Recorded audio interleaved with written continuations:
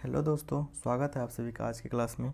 आज की क्लास में हम लोग देखेंगे एमसीक्यू सीरीज के पार्ट 9 में देखेंगे 100+ एमसीक्यू। चलिए शुरू करते हैं आज की क्लास। पहला क्वेश्चन है, जैनपुर राज्य का अंतिम शासक कौन था? जैनपुर राज्य का अंतिम शासक कौन था? ये हुसैन शाह थे। हुसैन शाह सरकी वंश के थे। सरकी वंश के थे। नेक्स्ट क्वेश्चन है, अपनी फांसी से पूर्व निम्नलिखित क्रांतिकारियों में से किस एक ने पीने हेतु दिए गए दूध को अस्वीकार कर दिया और कहा, अब मैं केवल अपनी माँ का दूध लूँगा? ये किसने कहा था अपनी फांसी के समय? ये कहे थे राम प्रसाद बिस्मिल। नेक्स्ट क्वेश्चन है, पानीपत की तीसरी लड़ाई कब हुई थी? पानीपत की तीसरी लड़ाई 14 जनवरी 1761 को हुई थी। ये 14 जनवरी 1761 को हुई थी। नेक्स्ट क्वेश्चन है, और पानीपत के तीसरी लड़ाई किसके बीच हुई थी? अहमद शाह अब्दाली और मराठों के बीच हुई थी। बुलंद दरवाज़ा निम्नलिखित में से कहाँ है? बुलंद दरवाज़ा कहाँ है?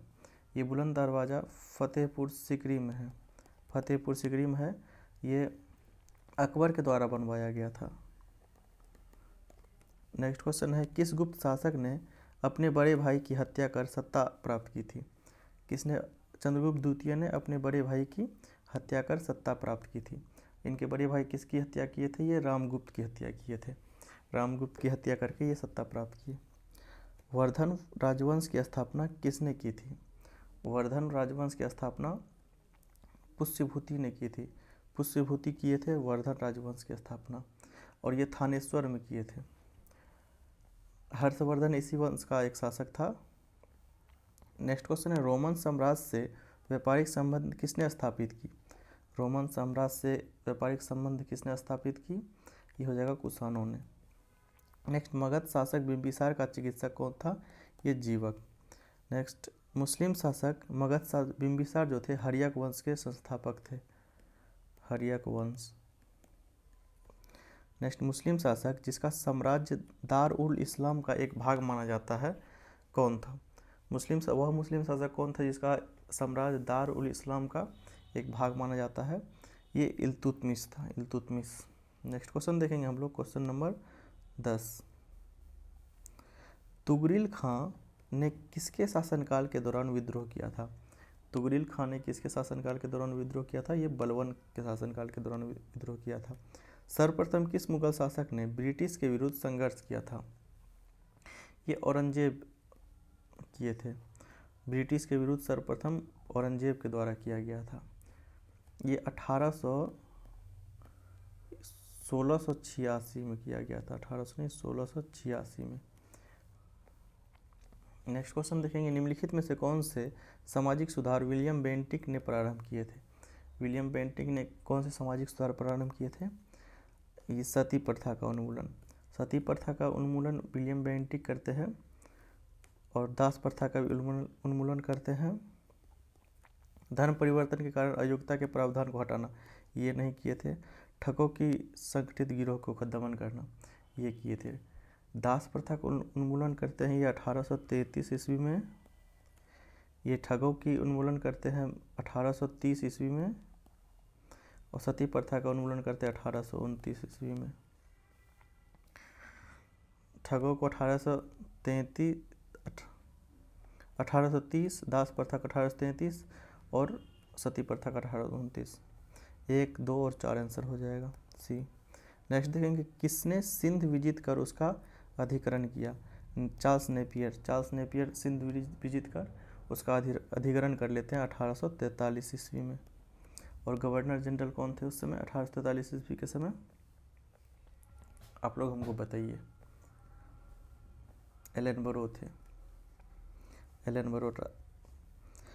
नेक्स्ट क्वेश्चन, भारत में प्रथम जनगणना किस वर्ष प्रारंभ की गई थी?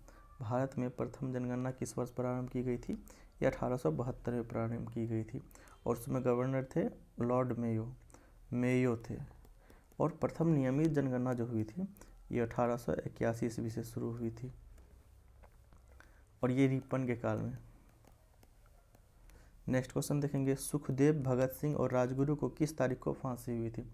सुखदेव, भगत सिंह और राजगुरु को 23 मार्च 1931 ईस्वी में फांसी हुई थी। ये लाहौर के सेंट्रल जेल में हुई थी। Lahore central jail.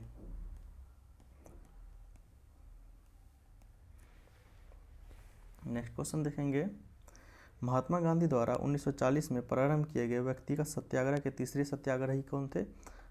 पहले कौन थे, दूसरे कौन थे और तीसरे कौन थे? पहले विनोबा भावे, दूसरे जवाहरलाल नेहरू और तीसरे ब्रह्मदत्त। क्या पूछ रहा है? तीसरे सत्याग्रही कौन थे? तीसरे ब्रह्मदत्त हो जाएंगे, ब्रह्मदत्त। पहले ये हो जाएंगे, दूसरे ये हो जाएंगे, तीसरे ब्रह्मदत्त। निम्नलिखित में से कौन हड़प्पा कालीन स्थल गुजरात में है? हड़प्पा कालीन स्थल गुजरात में कौन से हैं? ये लोथल हो जाएगा, लोथल गुजरात में है। डाबरकोट जो है ये बलूचिस्तान में है। कालीबंगा ये है राजस्थान में। राखीगढ़, ये राखीगढ़ हो जाएगा, राखीगढ़ हरियाणा में। नेक्स्ट देखेंगे, प्रथम बौद्ध संगीति के अध्यक्ष कौन थे? महाकश्यप थे। और प्रथम बौद्ध संगीति हुई कब थी? 483 ईसा पूर्व में। और किसके शासनकाल में हुई थी? अजातशत्रु।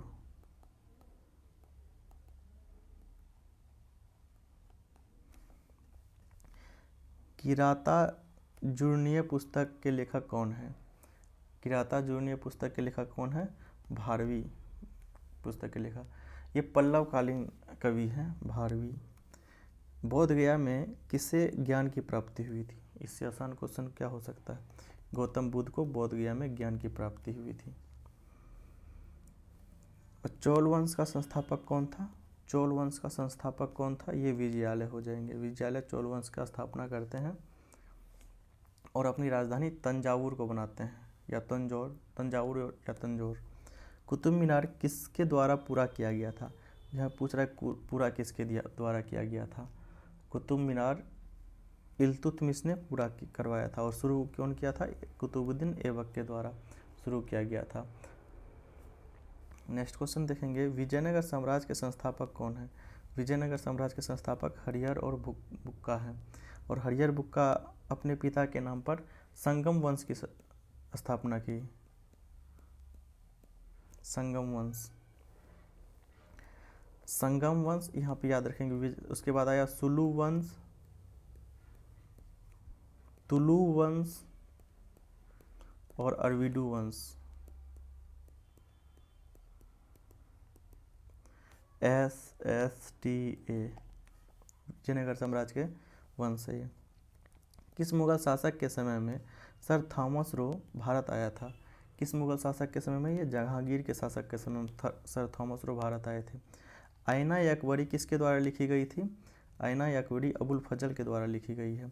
शेरशाह का मकबरा कहाँ स्थित है? ये सासाराम में स्थित है, ये बिहार में सासाराम में स्थित है। नेक्स्ट क्वेश्चन देखेंगे 27 नंबर क्वेश्चन, रैयतवाड़ी व्यवस्था कहाँ लागू की गई थी? रैयतवाड़ी व्यवस्था कहाँ लागू की गई थी? ये मद्रास हो जाएगा। और रैयतवाड़ी व्यवस्था के जन्मदाता कौन? थॉमस मुनरो और कैप्टन रीड माने जाते हैं। और मद्रास के बारामहल जिले में सबसे पहले लागू की गई थी 1792 ईस्वी में। नेक्स्ट क्वेश्चन देखेंगे, 1857 के विद्रोह को किसके द्वारा प्रथम भारतीय स्वतंत्रता संग्राम के रूप में वर्णित किया गया?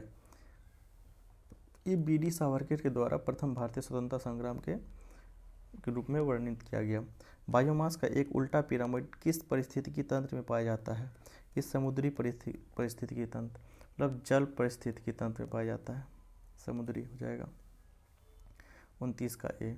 नेक्स्ट क्वेश्चन देखेंगे, सूची 1 को सूची 2 से सम्मिलित कीजिए। सूची 1 में है और सूची 2 में क्रांति और संबंधित क्षेत्र। पहला A में गोल्डन क्रांति। गोल्डन क्रांति किसके लिए होता है? ये बागवानी और शहद के लिए।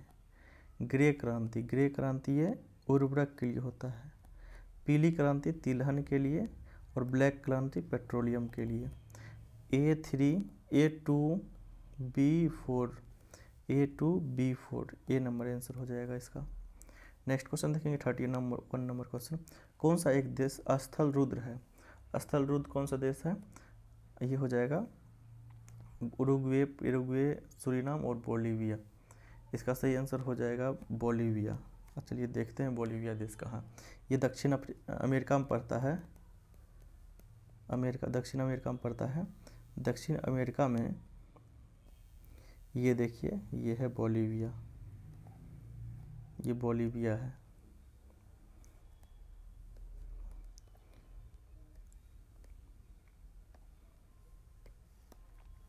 ये क्या है? बोलीविया है। और देखिए पराग्वे भी यहाँ पे स्थलरूप देश है, बोलीविया और पराग्वे। यहाँ पे उरुग्वे हो जाएगा, अर्जेंटीना हो जाएगा, ये चिली हो जाएगा। एंडीज का विस्तार यहाँ से यहाँ तक है। विश्व की सबसे लंबी पर्वत श्रृंखला है, बड़ी नहीं लंबी। एंडीज दक्षिण अमेरिका में पड़ता है, रॉकी उत्तर अमेरिका में पड़ता है। इक्वाडोर यहाँ है, कोलंबिया यहाँ है, वेनेजुएला है यहाँ, गुयाना, वेनेजुएला यहाँ है। देखिए दक्षिणी अमेरिका के सबसे उत्तरी में वेनेजुएला है।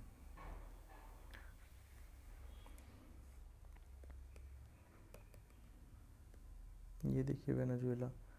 चलिए नेक्स्ट क्वेश्चन देखते हैं हम लोग। पृथ्वी का वायुमंडल निम्नलिखित में से मुख्यतः किसके द्वारा तप्त होता है? पृथ्वी का वायुमंडल मुख्यतः बोल रहा है, मुख्यतः किसके द्वारा तप्त होता है वायुमंडल? 32 का हो जाएगा दीर्घ तरंग स्थलीय विकिरण। दीर्घ तरंग स्थलीय विकिरण के कारण होता है ये। Long wave terrestrial radiation. Next question, हमारे द्वारा उपयोग किए जाने वाले ऊर्जा के अधिकांश स्रोत संग्रहित सौर ऊर्जा का प्रतिनिधित्व करते हैं। निम्नलिखित में से कौन सा अंततः सूर्य की ऊर्जा से उत्पन्न नहीं होता? सूर्य की ऊर्जा से उत्पन्न नहीं होता, कौन सा नहीं होता? ये बायोमास नहीं होता है,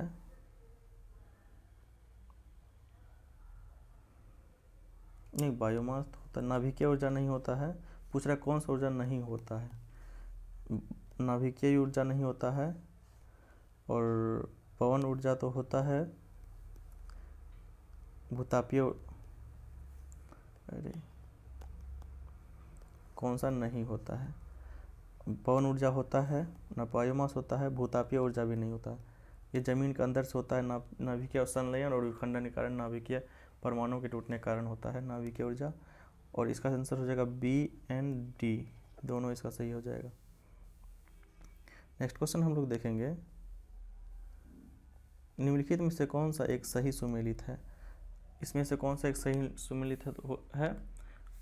गुजरात चाय, जूट, उत्तर प्रदेश, केरल, रबर, असम, गेहूँ। देखिए गुजरात में चाय की उत्पादन नहीं होती है, ये कौन सा सही सुमेलित पूछ रहा है? ये नहीं होगा आंसर, ये गलत है।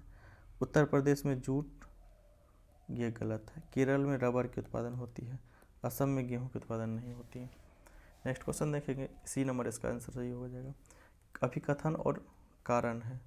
अभिकथन ए कहता है भूमध्य सागरीय जलवायु के क्षेत्र में वर्षा शीत ऋतु में होती है, सही है। कारण क्या है? गर्मियों में ये क्षेत्र शुष्क स्थलीय हवाओं के प्रभाव में रहते हैं, ये भी सही है, लेकिन इसका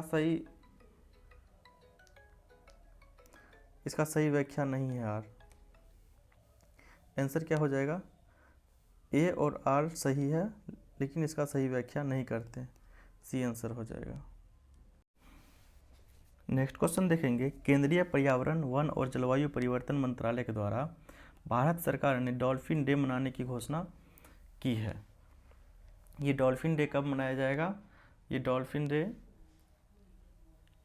5 अक्टूबर को मनाया जाएगा, ठीक है। नेक्स्ट देखेंगे, प्राकृतिक में निम्नलिखित में से किस जीवन या किस जीवों के मृदा विहीन सतह पर जीवित पाए जाने की सर्वाधिक संभावना है? किस जीवों के मृदा विहीन मतलब बिना मिट्टी के सतह पर जीवित पाए जाने की सर्वाधिक संभावना है? ये लाइकेन और मॉस हो जाएगा। लाइकेन और मॉस, 2 और 3, केवल 2 और 3। नेक्स्ट क्वेश्चन देखेंगे, क्वेश्चन नंबर 38। क्वेश्चन नंबर 38 में हम लोग देखेंगे, निम्नलिखित प्राणियों पर विचार कीजिए।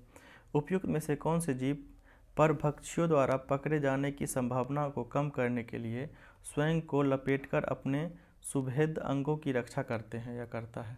इसमें से कौन कौन सा जीव हो जाएगा? ये हेजहॉग हो जाएगा और शेष मूसक, मार्मोट ये तो नहीं होगा, पेंगोलिन भी हो जाएगा। 1 and 3 डी आंसर हो जाएगा। नेक्स्ट क्वेश्चन 39, वनों पर न्यूयॉर्क घोषणा, न्यूयॉर्क डिक्लेरेशन ऑन फॉरेस्ट के संदर्भ में निम्नलिखित कथनों में से कौन से कथन सही हैं?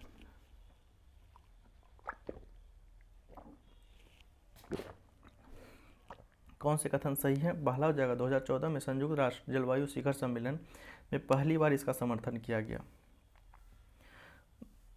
ठीक, ये सही है, 2014 में ही किया गया था। वन के ह्रास को रोकने के लिए एक वैश्विक समय रेखा का समर्थन किया गया, ये भी सही है। यह वैध रूप से बाध्यकारी घोषणा नहीं है ये। यह सरकारों, बड़ी कंपनियां और देशीय समुदायों द्वारा समर्थित है, ये सही है। भारत इसके प्रारंभिक समय में हस्ताक्षर करता, प्रारंभिक समय में, प्रारंभ में नहीं हस्ताक्षर किए थे भारत। 1 और 2 4 सही हो जाएगा इसका आंसर, 1 2 और 4। नेक्स्ट क्वेश्चन है, यूएनईपी द्वारा समर्थित कॉमन कार्बन मैट्रिक को किस लिए विकसित किया गया है? कॉमन कार्बन मैट्रिक्स को यूएनईपी द्वारा किस लिए विकसित किया गया है? 40 नंबर का, संपूर्ण विश्व में निर्माण कार्यों के कार्बन पदचिह्न का आकलन करने के लिए, ये सही आंसर हो जाएगा इसका। 41 नंबर देखते क्वेश्चन, भारत के संदर्भ में हल्बी हो और कुई पद किससे संबंधित है? ये जनजातीय भाषा है, हल्बी हो और कुई। नेक्स्ट देखेंगे, राष्ट्रीय स्तर पर अनुसूचित जनजाति और अन्य पारंपरिक वन निवासी अधिनियम 2006 के प्रभावी कार्यान्वयन को सुनिश्चित करने के लिए कौन सा मंत्रालय केंद्रक अभिकरण नोडल एजेंसी है? कौन सा मंत्रालय नोडल एजेंसी है इसका? यह हो जाएगा जनजातीय कार्य मंत्रालय। सवाना की वनस्पति में बिखरे हुए छोटे वृक्षों के साथ घास के मैदान होते हैं, किंतु विस्तृत क्षेत्र में कोई वृक्ष नहीं होते। ऐसे क्षेत्रों में वन विकास सामान्यतः एक या एकाधिक या कुछ परिस्थितियों को संयोजन के द्वारा नियंत्रित करते हैं। ऐसी परिस्थितियां निम्नलिखित में से कौन सी है? कौन सी परिस्थितियां हैं इसके लिए? सवाना क्षेत्र के लिए पूछ रहा है। ये हो जाएगा बिलकारी प्राणी और दीमक नहीं, अग्नि, चरने वाले तृणभक्षी प्राणी, मौसम भी हो जाएगा, मृदा गुण नहीं होगा। 2 3 4 सी आंसर हो जाएगा। पृथ्वी ग्रह पर जल के संदर्भ में निम्नलिखित में कौन सा कथनों पर विचार कीजिए। ठीक है, कौन सा कथन सही है? पूछ रहा है कौन सा कथन सही है। नदियों और झीलों में जल की मात्रा भूजल की मात्रा से अधिक है, नहीं। ध्रुवीय हिमनद और हिमनदों की जल की मात्रा भूजल की मात्रा से अधिक है, ये सही हो जाएगा। ओनली 2, केवल 2। नेक्स्ट क्वेश्चन देखेंगे हम लोग, निम्नलिखित कथनों पर विचार कीजिए। मोरिंगा जो सहजन वृक्ष का एक फलीदार सदापर्णी वृक्ष है, 1 नंबर में कह रहा है। ठीक है, दूसरे नंबर में कह रहा है, क्या कह रहा है, कौन सा कथन सही है? ये फलीदार वृक्ष नहीं होते हैं। इमली के पेड़ दक्षिण एशिया का है, नहीं, दक्षिण एशिया के इमली का पेड़ नहीं है, ये अफ्रीका का पेड़ है इमली का। भारत में अधिकांश इमली लघु वनोत्पाद के रूप में संग्रहित की जाती है, ये सही हो जाएगा। भारत इमली और मोरिंगा के बीज के निर्यात करता है, ये भी सही हो जाएगा। मोरिंगा और इमली के बीजों का उपयोग जैव ईंधन के रूप में किया जाता है। मोरिंगा और इमली के बीजों का उपयोग जैव ईंधन के रूप में किया जाता है, ये भी सही हो जाएगा। भारत में काली कपास मृदा की रचना निम्नलिखित में से किसके अपक्षयन से हुई है? काली कपास मृदा की रचना ये फिशर ज्वालामुखी चट्टान के अपक्षयन से हुई है। काली कपास मृदा ज्वालामुखी चट्टान के अपक्षयन से हुई है, इतना तो याद रखना है। नेक्स्ट क्वेश्चन देखते हैं, तार तेल पाम ऑयल के संदर्भ में निम्नलिखित कथनों में पर विचार कीजिए। पाम ऑयल के संदर्भ में निम्नलिखित कथनों पर विचार कीजिए। 47 नंबर क्वेश्चन, ये तार तेल वृक्ष दक्षिण पूर्व एशिया में प्राकृतिक रूप से पाए जाते हैं। ये दक्षिण पूर्व एशिया में नहीं पाए जाते हैं, ये अफ्रीका में पाए जाते हैं। तार तेल, लिपस्टिक, इत्र बनाने वाले कुछ उद्योगों के लिए कच्चा माल होते हैं, ये सही है। तार तेल का उपयोग जैव डीजल के उत्पादन में किया जाता है, ये भी सही है।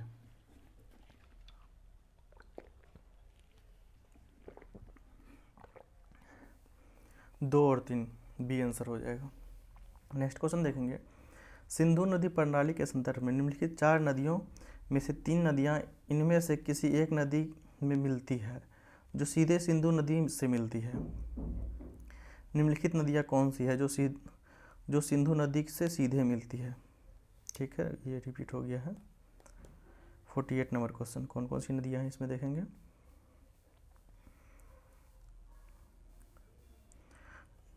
चेनाब सीधे नहीं मिलती है, झेलम भी सीधे में नहीं मिलती है, रावी भी नहीं मिलती, सतलज सीधे मिलती है सिंधु नदी से। नेक्स्ट क्वेश्चन देखेंगे, भारत के संदर्भ में डिडवाना, कुचामन, सरगोल, खाटू किसके नाम है? ये किसके नाम है? ये लवणीय झील है, ये सारी राजस्थान में मिलती है, राजस्थान की लवणीय झील है। निम्नलिखित नदियों पर विचार कीजिए, कौन सी नदियाँ पूर्वी घाट से निकलती है? ये है इंडिया, जैसे इसका ये हो जाएगा पूर्वी घाट। पूर्वी घाट से कौन सी नदी निकलती है? ये हो जाएगा पश्चिमी घाट। पूर्वी घाट से निम्नलिखित नदियों में से कौन सी नदी निकलती है? ब्राह्मणी नदी उड़ीसा के प्रमुख मौसमी नदी है, ये पूर्वी घाट से नहीं निकलती है, उड़ीसा से निकलती है। उड़ीसा से निकलती है लेकिन पूर्वी घाट से नहीं निकलती है। नागावली नदी, नागावली नदी आंध्र प्रदेश की नदियां हैं, ये पूर्वी घाट से निकलती है। स्वर्ण रेखा नदी, स्वर्ण रेखा नदी ये झारखंड, पश्चिम बंगाल, उड़ीसा की नदियां हैं, झारखंड से निकलती है, ये भी पूर्वी घाट की नदियां नहीं हैं। वंशधारा नदी, वंशधारा नदी उड़ीसा की है और ये पूर्वी घाट से निकलती है। 2 और 4 हो जाएगा इसका आंसर, 2 और 4 बी नंबर। निम्नलिखित में से कौन सी फसल न्यूनतम जल दक्ष लिस्ट वाटर एफिशिएंट फसल है? लिस्ट वाटर एफिशिएंट फसल वो फसल होता है जिसको अधिक से अधिक, सबसे अधिक जल की आवश्यकता होती है उगाने में। ये गन्ना हो जाएगा आंसर इसका, ये गन्ना। नेक्स्ट क्वेश्चन देखें, निम्नलिखित तथ्यों पर विचार कीजिए। उष्णकटिबंधीय क्षेत्र में व्यापारिक पवन के प्रभाव के कारण पूर्वी खंडों की तुलना में महासागरों के पश्चिमी खंड अधिक उष्ण होते हैं। ठीक है, ये सही है। शीतोष्ण क्षेत्र पश्चिमी खंडों की तुलना में महासागरों के पूर्वी खंडों से अधिक उष्ण होते हैं, ये भी सही है। शीतोष्ण क्षेत्र में पश्चिमी पवन पश्चिमी खंडों की तुलना में महासागरों के पूर्वी खंडों को अधिक उष्ण बनाती है, ये सही है। 1 और 2 दोनों सही है। नेक्स्ट क्वेश्चन देखेंगे, जलवायु अनुकूल कृषि क्लाइमेट स्मार्ट एग्रीकल्चर के लिए भारत की तैयारी संदर्भ में निम्नलिखित तथ्यों पर विचार कीजिए। 53 नंबर क्वेश्चन है, क्लाइमेट स्मार्ट कृषि में भारत की तैयारी में निम्नलिखित तथ्यों पर विचार कीजिए। भारत में जलवायु स्मार्ट कृषि दृष्टिकोण अंतर्राष्ट्रीय अनुसंधान कार्यक्रम जलवायु परिवर्तन, कृषि एवं खाद्य सुरक्षा द्वारा संचालित परियोजना का एक भाग है, सही हो जाएगा। CCASS परियोजना अंतर्राष्ट्रीय कृषि अनुसंधान हेतु परामर्शदात्री समूह के अधीन संचालित किया जाता है, जिसका मुख्यालय फ्रांस है, ये भी सही है। भारत स्थित अंतर्राष्ट्रीय अर्धशुष्क उष्णकटिबंधीय फसल अनुसंधान संस्थान CGIAR के अनुसंधान केंद्रों में से एक है, ये भी सही है। उपयुक्त 1, 2, 3 तीनों सही है। नेक्स्ट क्वेश्चन हो जाएगा 54, पत्ती कूड़ा लीफ लिटर किसी अन्य जीवों की तुलना में तेजी से विघटित होते हैं। इसके परिणाम स्वरूप मिट्टी की सतह प्रायः अनावृत होती है। पेड़ों के अतिरिक्त वन में विविध प्रकार के पौधे होते हैं जो आरोहण के द्वारा अधिपादप एपीफाइट के रूप में पनपकर पौधे के शीर्ष तक पहुंचकर प्रस्थित होते हैं और पेड़ों की ऊपरी शाखाओं में जड़ें जमाती हैं। यह किसका सबसे सटीक विवरण है? जो दिया गया है ये किसका सबसे सटीक विवरण है? ये हो जाएगा उष्णकटिबंधीय वर्षावन के, उष्णकटिबंधीय वर्षावन के जो पेड़ होते हैं उसका सटीक विवरण है ये। निम्नलिखित में से कौन सा सही सुमेलित नहीं है? ये पूछ रहा है कौन सा सही सुमेलित नहीं है। ये बलास्क जो हो जाएगा ये कजाकिस्तान में है। टीटीकाका झील वेलुबिया और पेरू में है। ईरी यूएसए और ईरी जो है यूएसए और कनाडा में है। बैकाल झील यूक्रेन में नहीं साइबेरिया में है। बैकाल आंसर हो जाएगा डी। निम्नलिखित में से कौन सा एक सही सुमेलित नहीं है? कौन सा सही सुमेलित नहीं है? डेट्रॉइट जो हो जाएगा ऑटोमोबाइल का क्षेत्र है। गोरनाया सोरिया जो हो जाएगा ये पर्वत रूस अल्टाई पर्वत के पूर्व का क्षेत्र है, ये सूती वस्त्र क्षेत्र नहीं है। अंसान जो है लोहा और इस्पात का क्षेत्र है। याकोहामा जो हो जाएगा जलपोत निर्माण का क्षेत्र है। बी इसका सही आंसर हो जाएगा। नेक्स्ट क्वेश्चन देखेंगे हम लोग। दोदा बेटा चोटी स्थित है। दोदा बेटा चोटी कहाँ स्थित है? ये नीलगिरी पहाड़ी में स्थित है। ये नीलगिरी पहाड़ी की सबसे ऊंची चोटी है। नेक्स्ट क्वेश्चन देखेंगे। निम्नलिखित कथनों पर विचार कीजिए। यूनिसेफ द्वारा 21 फरवरी को अंतर्राष्ट्रीय मातृभाषा दिवस घोषित किया गया था। नहीं, यूनेस्को द्वारा किया गया था, यूनिसेफ द्वारा नहीं। UNESCO यूनेस्को द्वारा। पाकिस्तान की संविधान सभा में यह मांग रखी गई थी कि राष्ट्रभाषाओं में बांग्ला को भी सम्मिलित किया जाए। ये सही है, केवल 2 सही होगा। नेक्स्ट, भारतीय संविधान के अंतर्गत धन का केंद्रीकरण किसका उल्लंघन करता है? धन का केंद्रीकरण किसका उल्लंघन करता है? ये राजकीय नीति के निर्देशक तत्व का उल्लंघन करता है।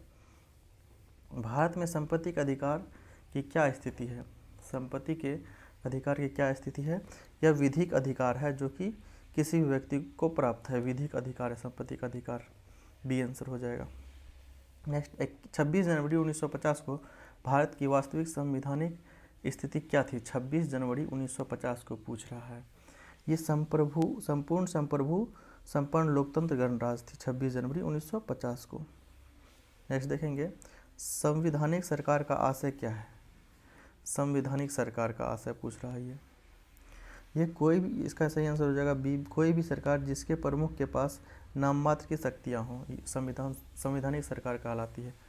63 नंबर देखेंगे। नेक्स्ट, भारत रत्न और पद्म पुरस्कारों के संबंध में निम्नलिखित कथनों पर विचार कीजिए।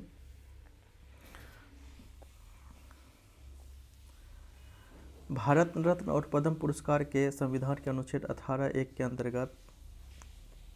अंतर्गत उपाधियां हैं। ठीक है, ये सही हो जाएगा। वर्ष 1954 में प्रारंभ किए गए पद्म पुरस्कारों को केवल एक बार निलंबित किया गया। हाँ, ये भी सही है। किसी वर्ष विशेष में भारत रत्न पुरस्कारों की अधिकतम संख्या 5 तक सीमित है। ये भी सही है। 1 2 3 और 1 2 3 सही है। नेक्स्ट देखेंगे हम लोग। निम्नलिखित कथनों पर विचार कीजिए। शहर का अधिकार एक सम्मत मानव अधिकार है। इस संबंध में संयुक्त राष्ट्र हैबिटेट ने प्रत्येक देश द्वारा की गई प्रतिबंधियों को मॉनिटर करता है। शहर का अधिकार एक शहर के प्रत्येक निवासियों को शहर के सार्वजनिक स्थानों को वापस लेने एवं सार्वजनिक सहभागिता का अधिकार है। या फिर तीसरा नंबर में, शहर का आशय यह है कि राज्य अब शहर की अनाधिकृत बस्तियों को किसी भी लोक सेवा अथवा सुविधा से वंचित नहीं कर सकता है। 64 का ये पहला जो है ना, ये गलत है। ठीक है, दूसरा और तीसरा सही है। डी आंसर हो में विचार कीजिए। भारत के संदर्भ में निम्नलिखित पर विचार कीजिए।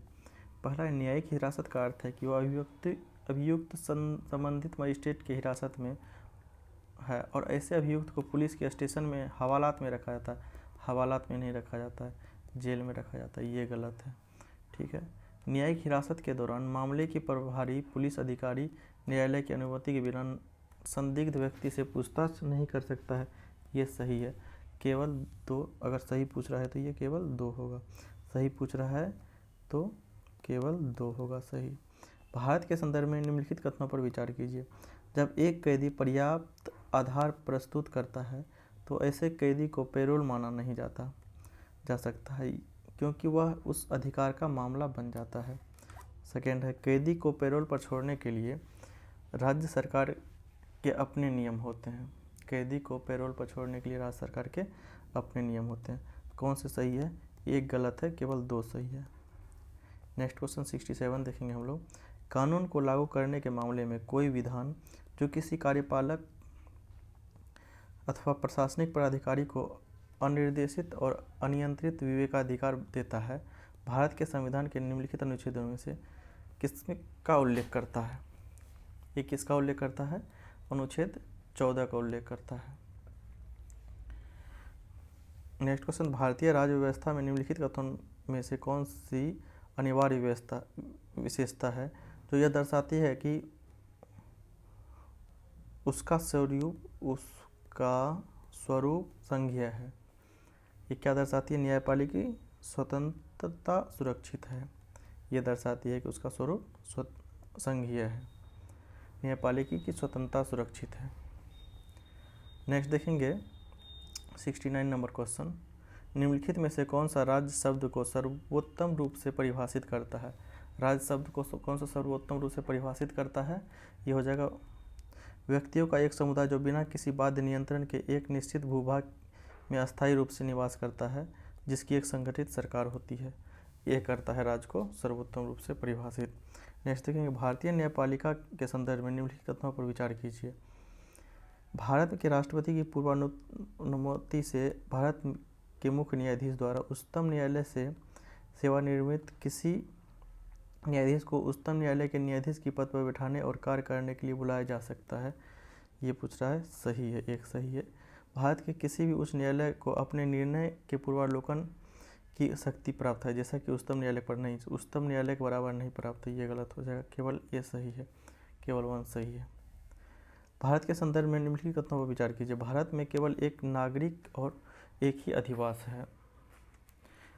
पहला कह रहा है, जो व्यक्ति जन्म से नागरिक हो केवल वही राष्ट्राध्यक्ष बन सकता है। ये गलत है, एक सही है, केवल नागरिक और एक ही अधिवास है। जिस विदेशी को एक बार नागरिकता दी गई है, किसी भी परिस्थिति में उसकी वंचित नहीं, किसी भी परिस्थिति वंचित किया जा सकता है। ये भी गलत है, केवल एक सही है। 72 का देखेंगे हम लोग। निम्नलिखित में से कौन सा कारक किसी उदार लोकतंत्र में स्वतंत्रता की सर्वोत्तम सुरक्षा को नियत करता है? कौन सा करता है? ये शक्तियों का पृथक्करण करता है। D answer. हमने ब्रिटिश मॉडल पर आधारित संसदीय लोकतंत्र को अपनाया है। बात सही है, किंतु हमारा उस मॉडल से किस प्रकार भिन्न है? यह ब्रिटिश मॉडल से किस प्रकार भिन्न है? पहला कह रहा है, इसका कौन सा कथन सही है? जहाँ तक विधि निर्माण का संबंध है, ब्रिटिश संसद सर्वोपरि अथवा संप्रभु है, किंतु भारत में संसद की विधि निर्माण की शक्ति परिसीमित है। ये सही है।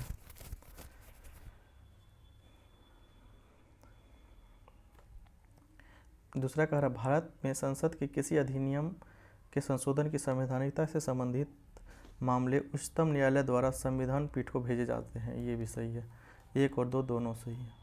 74, संघीय सरकार के संबंध में निम्नलिखित कथनों पर विचार कीजिए। संघीय सरकार के संबंध में बोल रहा है, क्या बोल रहा है? पहला में ये सही पूछ रहा है, कौन कौन से हैं। ये बोल रहा है, एन गोपालास्वामी अयंकर समिति के सुझाव दिया था कि किसी मंत्री और किसी सचिव को प्रशासनिक सुधार करने और उसे बढ़ावा देने के लिए पूर्णतः नामित किया जाना चाहिए। नहीं, ये गलत है। प्रशासनिक सुधार आयोग 1966 की संतुष्टि के आधार पर वर्ष 1970 में कार्मिक विभाग का गठन किया गया। सही है। और इसके प्रधानमंत्री प्रभाव को अधीन रखा गया। हाँ, ये भी सही है, ओनली 2 आंसर हो जाएगा। 75 नंबर देखेंगे, भारत के संविधान के किस अनुच्छेद के अंतर्गत निजता का अधिकार किस अनुच्छेद के अंदर है? अनुच्छेद 21 के अंतर्गत है निजता का अधिकार। नेक्स्ट देखेंगे, निम्नलिखित कथनों पर विचार कीजिए। निम्नलिखित कथनों पर विचार कीजिए। पूछ रहा है, कौन से कथन सही है? 76 नंबर, भारत में ऐसा कोई कानून नहीं है जो प्रत्याशियों को किसी एक लोकसभा चुनाव में 3 निर्वाचन क्षेत्र लड़ने से रोकता है। नहीं, ऐसा तो कानून है। 1991 लोक प्रतिनिधि अधिनियम 1951 के तहत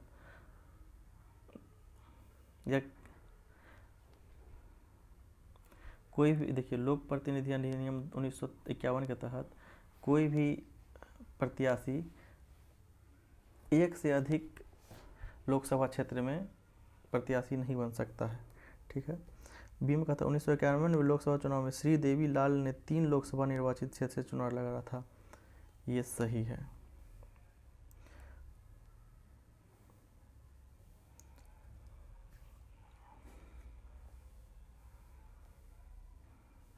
वर्तमान नियमों के अनुसार यदि कोई प्रत्याशी किसी एक लोकसभा चुनाव में कई निर्वाचन क्षेत्रों से चुनाव लड़ता है तो उसकी पार्टी को उन निर्वाचित क्षेत्रों पर उपचुनाव का खर्च उठाना नहीं, उसकी पार्टी को नहीं उठाना पड़ता है।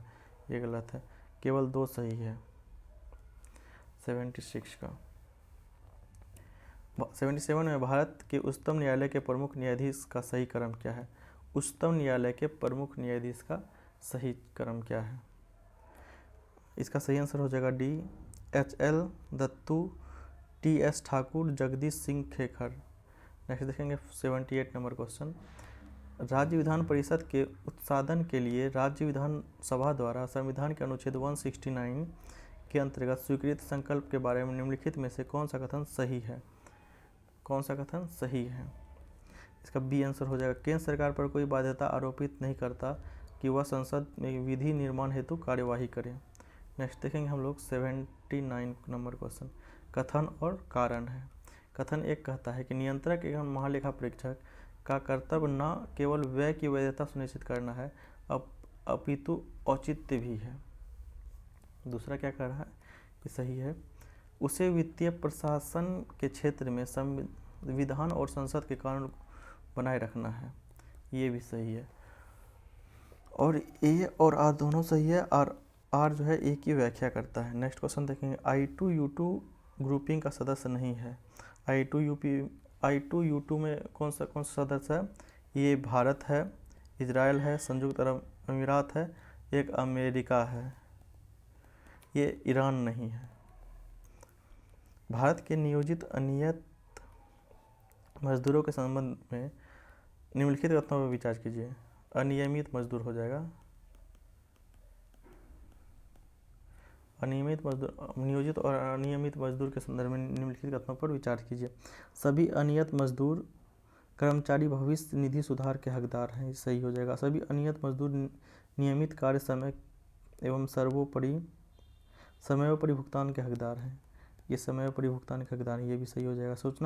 सरकार सूचना के द्वारा यह विनिर्दिष्ट कर रही सकती है कि कोई प्रतिष्ठान या उद्योग केवल अपने बैंक खाते के माध्यम से मजदूरी भुगतान करेगा। ये भी सही है। 1, 2, 3 तीनों सही है।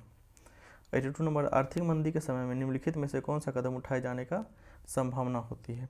आर्थिक मंदी के समय में कौन से कदम उठाए जाने की संभावना होती है? इसका सही आंसर हो जाएगा बी, सार्वजनिक परियोजना पर व्यय में वृद्धि। सार्वजनिक परियोजना पर व्यय में वृद्धि हो जाएगा। नेक्स्ट क्वेश्चन देखेंगे 83 नंबर क्वेश्चन। भारत में शहरी सहकारी बैंक के संदर्भ में निम्नलिखित कथनों पर विचार कीजिए। शहरी सहकारी बैंक के संदर्भ में निम्नलिखित कथनों पर विचार कीजिए। राज्य सरकार द्वारा स्थापित स्थानीय मंडलों द्वारा उनका पर्यवेक्षण और विनियमन किया जाता है। स्थानीय मंडल द्वारा नहीं किया जाता है, ये गलत हो जाएगा। वे इक्विटी शेयर और अधिमांश शेयर जारी कर सकते हैं। सही है। उन्हें 1966 में एक संशोधन के द्वारा बैंककारी विनियमन अधिनियम 1949 के क्षेत्र में लाया गया था। ये भी सही है। कौन सा कथन सही है? 2 और 3 सही है। निम्नलिखित कथनों पर विचार कीजिए। किसी मुद्रा के अवमूल्यन का प्रभाव यह है कि वह अनिवार्य रूप से विदेशी बाजार में घरेलू निर्यातों की प्रतिस्पर्धात्मक को बढ़ाता है। ये सही हो जाएगा। घरेलू मुद्रा के विदेशी मुद्रा को बढ़ाता नहीं, व्यापार संतुलन में सुधार लाता नहीं, केवल 1 हो जाएगा सही। नेक्स्ट क्वेश्चन देखेंगे। भारत में काले धन के सृजन के निम्नलिखित प्रभाव में से कौन सा भारत सरकार की चिंता का प्रमुख कारण है? काले धन के सृजन में इसका सही आंसर हो जाएगा डी, कर अपवंचन के कारण राजकोष में राजस्व की हानि होती है। नेक्स्ट क्वेश्चन देखेंगे। निम्नलिखित में से कौन सा अपने प्रभाव में सर्वाधिक मुद्रास्फीति कारक हो सकता है? अपने प्रभाव में सर्वाधिक मुद्रास्फीति कारक हो सकता है। इसका सही आंसर हो जाएगा डी, बजट घाटे के वित्तीयन के लिए नई मुद्रा का सृजन करना। चलिए आज की क्लास को यहीं तक रखते हैं। Thank you.